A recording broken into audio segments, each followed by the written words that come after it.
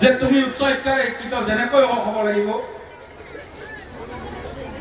তুমি যিকোনো প্ৰকাৰে পঢ়িব লাগিব, পঢ়ি ভাল ষ্টাব্লিছমেণ্ট হোৱাৰ পিছতে তুমি বিয়া পাতিবা, সংসাৰ কৰিবা।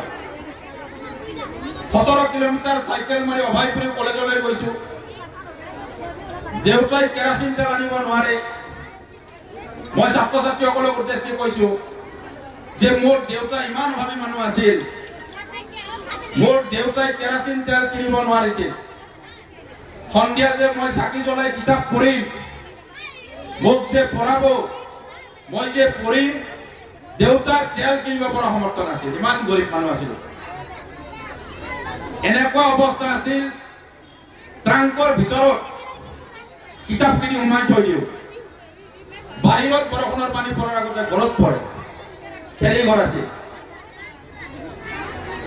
আৰু দিনৰ ভাগত মই কৃষ্ণচূড়া গছত উঠি পেলাই অধ্যয়ন কৰিছিলো। আৰু মোৰ দেউতাৰ নাম গণেশ চন্দ্ৰ অধিকাৰী, মইনমৰীৰ মানুহে নাম দিছিল ভাইচা।